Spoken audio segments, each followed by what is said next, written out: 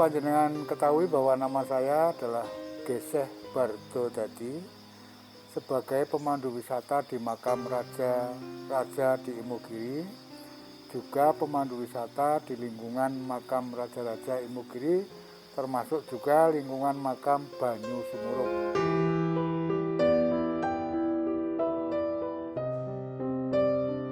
Pasaran dalam Banyu Sumurup ini yang disyaratkan di sini atau yang dimakamkan di sini adalah satu, Panjenengan Kanjeng Gusti Pangeran Pekik, Panjenengan Dalem Kanjeng Gusti Pangeran Lamongan, Panjenengan Dalem Kanjeng Gusti Ratu Amangkurat, Panjenengan Dalem Pangeran Timur, Panjenengan Dalem Tumenggung Prawiro Dirjo, dan Joyoprono Icak penderek atau berserta prajurit yang lain. Tetapi kami tidak mengetahui kenapa arah pemakaman Joyoprono itu berada di luar cepuri makam Banyu Sumurup.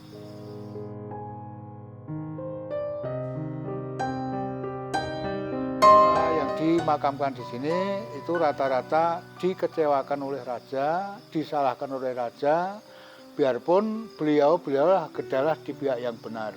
Kepada hubungannya dengan Abdi Dalem yang kemungkinan ada kesalahan sama kantor Bupati Jurukunci, ada kesalahan sama kerajaan, mungkin dipindah dulu, pindahnya tetap di Banyu Sumurup.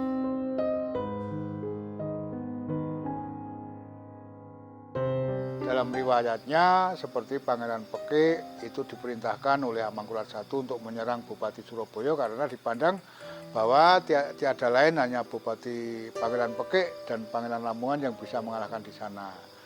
Namun setelah bisa dikalahkan, Pangeran Pekik mendapatkan kepercayaan dan mendapatkan anugerah sebagai istrinya maupun dititipi putri boyongan yang namanya Rorohoyi untuk dikelola akan dijadikan istri atau permaisuri daripada Amangkurat karena waktu itu masih kecil. Namun ketika dalam perjalanan mengasuh putri tersebut, putra daripada Amangkurat I mempunyai rasa cinta kepada Rorohoyi sampai dengan ada hubungan, dan terus terang hubungan itu diketahui oleh Amangkurat I. Biarpun dengan secara jujur Pangeran Pekik dan lain sebagainya sudah mengatakan bahwa hal tersebut hanya untuk menjenguk sebentar ke Pangeran Rahman, namun Amangkurat I terlanjur marah dan semua prajurit daripada Rorohoyi dan lain sebagainya itu dibuang ke Banyu Sumurup atau dia melarikan diri Banyu Sumurup, kemudian dibantai oleh semua prajuritnya oleh prajurit Amangkurat I, sehingga terwujud di sini ada beberapa nisan yang sama dan tidak teratur dan bentuknya juga sama, menandakan bahwa pemakaman ini mendadak dan sekaligus tanpa dengan urutan satu sama lain.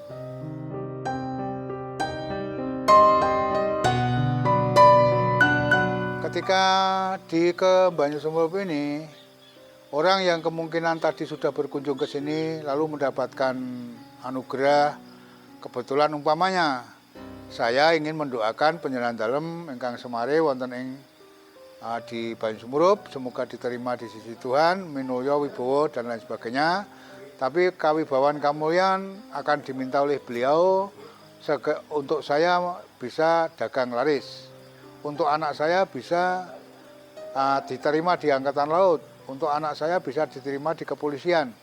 Nah, pada waktu dia sudah diterima dalam pendidikan, ucapan terima kasih dari orang-orang tersebut dan hadir di makam Banyu Sumurup ini untuk mengadakan ritual selamatan sesuai dengan apa yang diterapkan aturan di sini.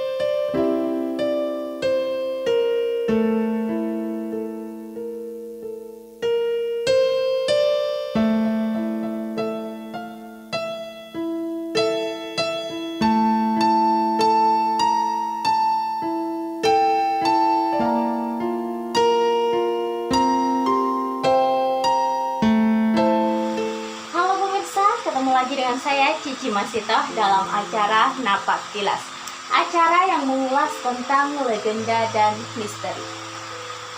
Kompleks pemakaman Banyu Sumurup yang berada di lembah terpencil di Imogiri, yang merupakan makam dari orang-orang yang dianggap musuh negara oleh Amangkurat I. Selain itu, di makam ini juga tersimpan berbagai cerita dan juga menjadi saksi bisu antara kisah cinta bapak dan anak dan juga perebutan kekuasaan. Seperti apa ceritanya? Anda penasaran? Jangan kemana-mana, tetap di Napak Tilas.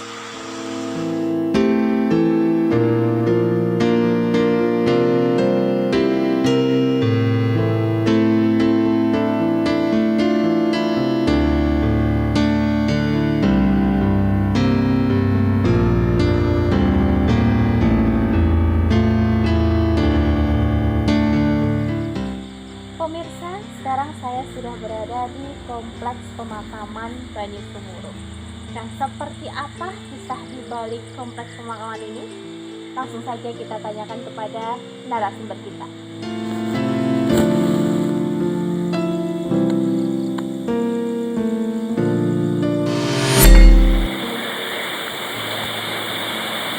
Selamat malam, Cici.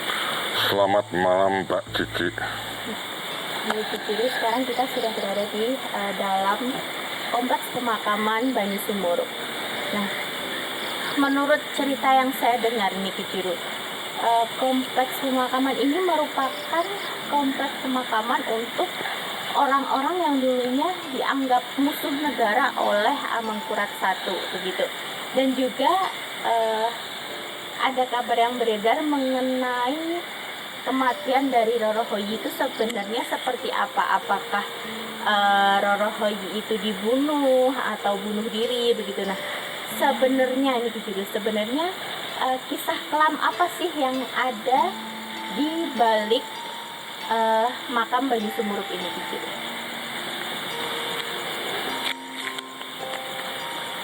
Mbak Cici, dalam melihat sejarah antara saat ini dan dahulu itu berbeda, baik perwataan maupun masyarakat yang ada pada zaman itu, sehingga kita harus berusaha melihat sejarah sesuai dengan zamannya.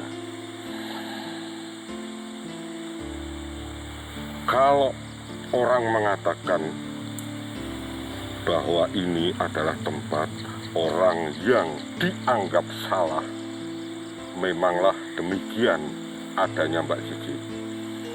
Tetapi ada hal lain yang mau saya katakan ketika saya datang ke tempat ini, yaitu kesetiaan untuk mau menerima sesuatu yang dipersalahkan oleh raja kepadanya, sehingga Pidonopati diberikan kepada Kanjeng Gusti Pangeran Pekik maupun Kanjeng Gusti Pangeran Lamongan beserta pengikutnya. Itu mereka terima sebagai wujud pertanggungjawaban.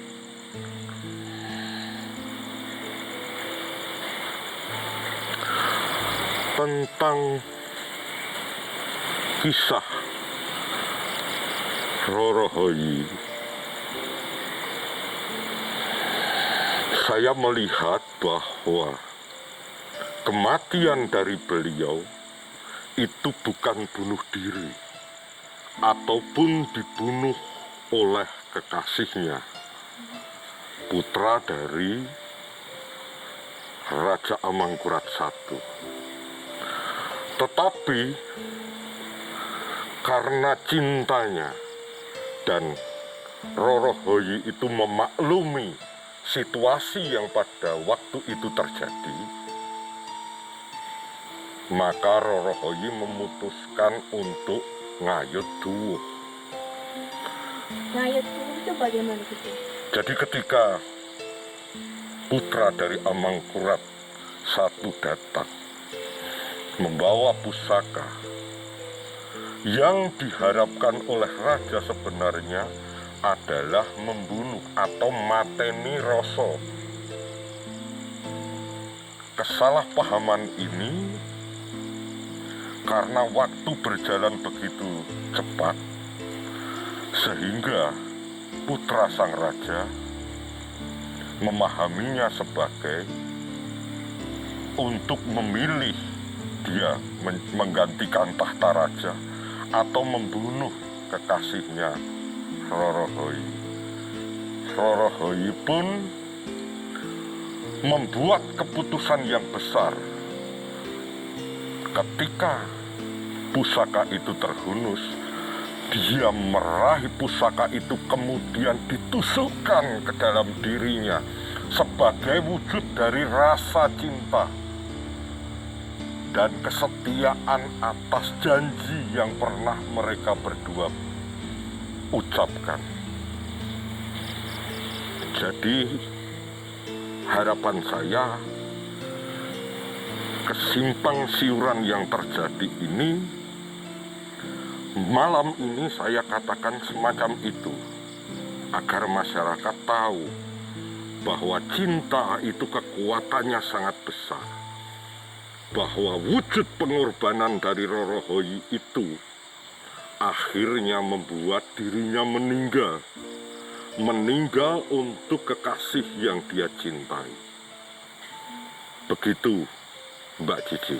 Nah, jadi di situ letak kesalahpahamannya adalah yang sebenarnya untuk membunuh rasa cintanya, begitu ya, menghentikan rasa cinta, bukan untuk mengakhiri kehidupan Rorohoi sendiri, begitu ya, Cici? Benar, karena pada waktu itu banyak orang-orang yang menghasut raja, mengatakan bahwa Rorohoi sudah memiliki hubungan yang terlalu jauh.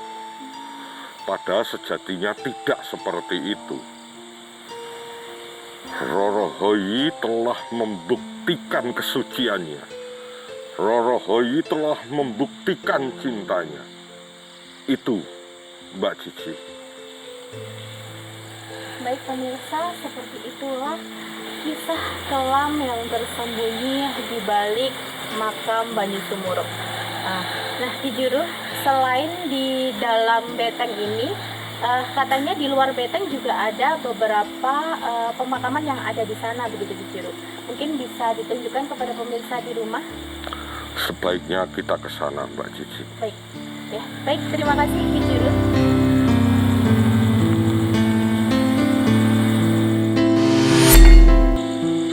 Baik pemirsa, seperti itulah kisah dari makam Banyu Sumuruk. Selanjutnya langsung saja kita menuju di pemakaman di sekitar Banyu Sumuruk, tetapi yang berada di luar beteng.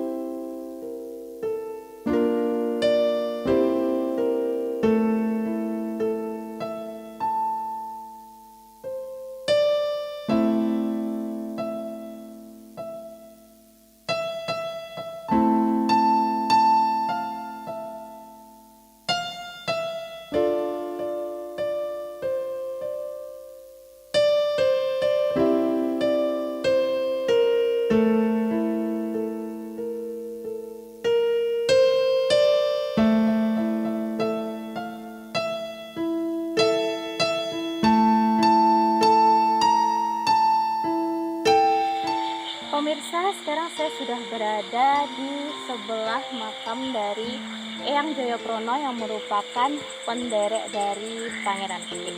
Nah, seperti apa kisahnya? Langsung saja kita tanyakan kepada narasumber kita.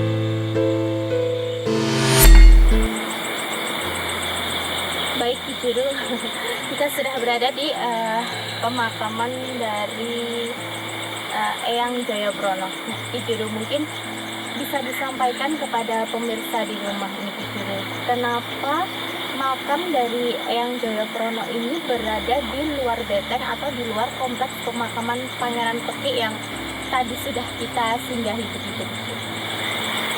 Mbak Cici, karena kesetiaannya beliau kepada Kanjeng Gusti Pangeran Pekik maupun kepada Kanjeng Gusti Pangeran Lamongan, maka beliau ikut menerima hukuman, tapi bukan kesalahan. Beliau dianggap orang terdekat yang seringkali juga memberikan saran atau masukan, karena beliau selain sakti juga terkenal sebagai orang yang winasis, orang yang memiliki kemampuan ilmu perang, strategi, dan pemerintahan. Sehingga beliau juga dimakamkan di Banyusumurup, tetapi tidak di dalam makam komplek Banyusumurup, persis di belakangnya ini. Berikut penderek dari Eyang Jayaprana. Inilah tempatnya, Mbak Cici. Sangat sakral dan wingit, karena di sekitarnya dikelilingi oleh 3 pegunungan. Di lembah inilah hal-hal yang baik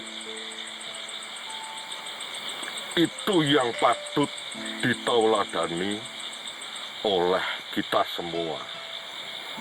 Pengabdian, kesetiaan.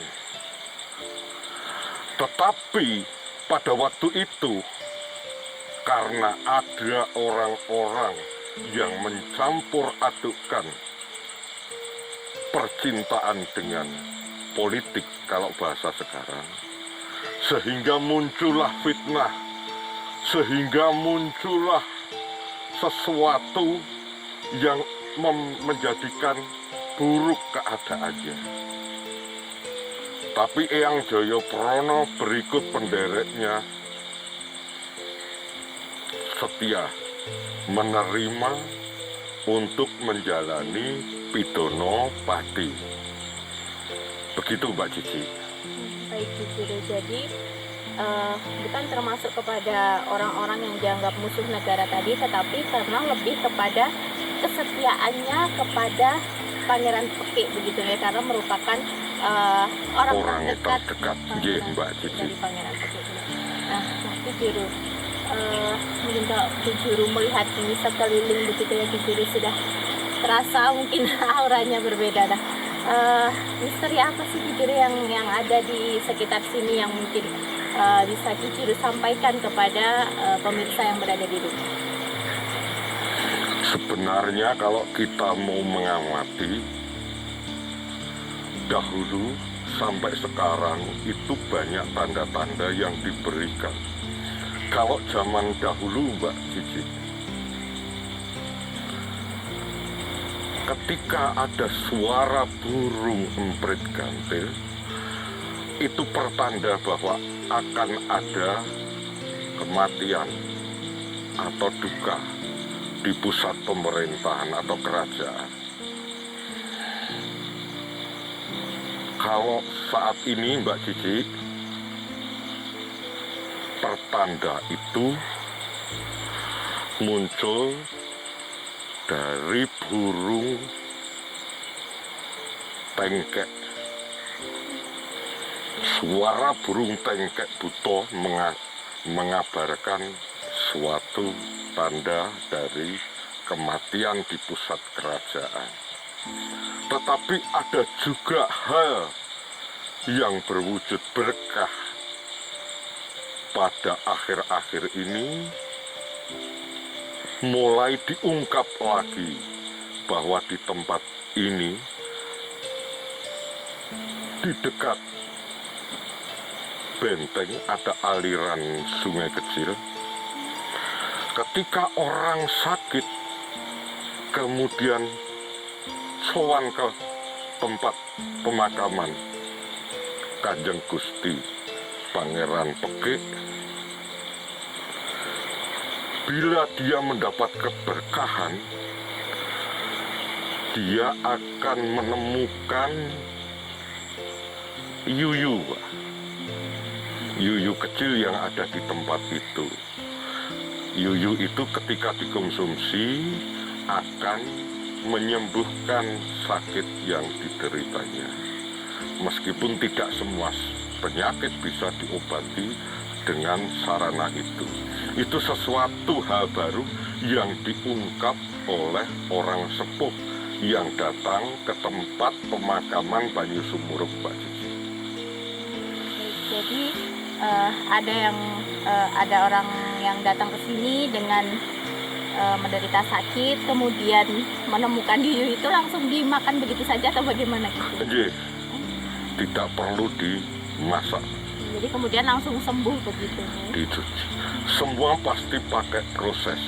Seperti datangnya penyakit juga lambat laun atau lama-lama akhirnya jadi sakit. Begitu juga penyembuhan yang ada di Jawa ini. Tidak serta-merta bisa menyembuhkan, tetapi berangsur bertahap bisa sembuh. Itu yang dipercaya masyarakat sampai saat ini, Mbak Cici. Nah, Ki Juru mungkin ada pesan-pesan yang ingin disampaikan kepada pemirsa di rumah, Ki Juru? Bila masyarakat datang ke tempat ini untuk melakukan ritual agar dia bisa mengabdi kepada negara, atau orang yang datang ketika menderita sakit karena fitnah, karena hujatan, Banyu Sumuruk merupakan tempat yang sebaiknya dituju untuk mendoakan yang sumari di tempat itu, sehingga karohmah dari beliau akan membantu untuk terwujudnya keinginan itu. Seperti juga Eyang Jayaprana, dia mengabdi untuk Kanjeng Gusti Pangeran Pekik. Kesetiaannya kepada junjungannya, kesetiaannya kepada negaranya, itu yang patut ditauladani sampai saat ini, Pak.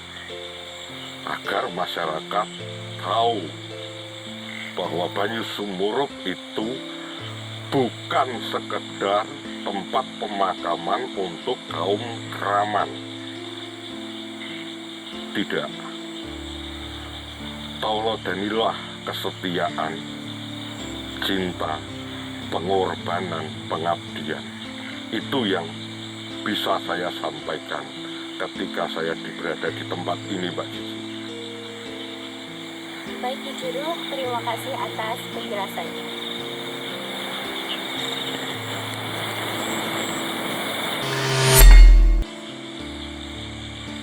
Baik pemirsa, seperti itulah kisah dari Kompleks Banyu Sumuruk, kisah kelam yang tersembunyi di balik Kompleks Pemakaman Banyu Sumuruk. Mengenai legenda dan misteri yang ada, percaya atau tidak, monggo.